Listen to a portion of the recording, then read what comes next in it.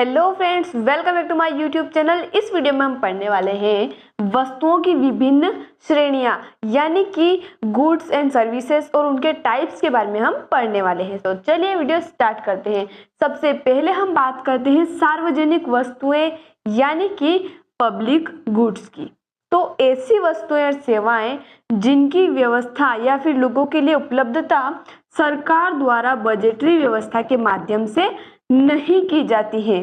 क्यों नहीं की जाती है? क्योंकि इनके लिए कोई मूल्य नहीं चुका सकता है और ये वस्तुएं सभी के लिए इम्पोर्टेंट होती हैं, यानी कि इनका सामूहिक उपयोग संभव है, इनका सामूहिक उपयोग होता है। उपभोग से वंचित नहीं किया जा सकता, यानी कि कोई भी इसके उपभोग से वंचित नहीं किया जा सकता किसी को भी, क्योंकि अपवर्जन के सिद्धांत को लागू नहीं करता है। अपवर्जन के सिद्धांत को लागू नहीं करता है, इसका क्या मतलब है? यानी कि इसका मूल्य नहीं चुकाया जा सकता है।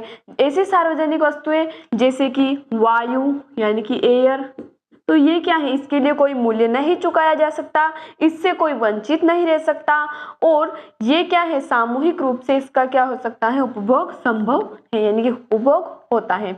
इसके बाद हम बात करें निजी वस्तुएं यानी कि प्राइवेट गुड्स की। तो ऐसे वस्तुओं और ऐसी सेवाएं जिनकी उपलब्धता बाजार तय करता है, यानी कि मार्केट ही ये डिसाइड करेगा कि कौन सी अवेलेबल होनी चाहिए, गुड्स एंड सर्विसेज कौन से अवेलेबल होने चाहिए मार्केट में।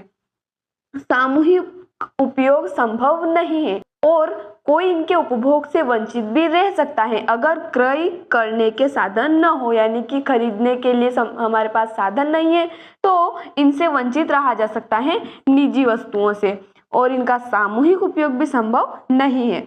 उपयोग में वृद्धि से उपलब्धता में कमी हो सकती है, यानी कि इसके किसी के लिए उपयोग में वृद्धि से किसी और के लिए उपलब्धता में कमी हो सकती है निजी वस्तुओं की। और वहीं अगर सार्वजनिक वस्तुओं की बात करें तो इसमें ऐसा नहीं होता है।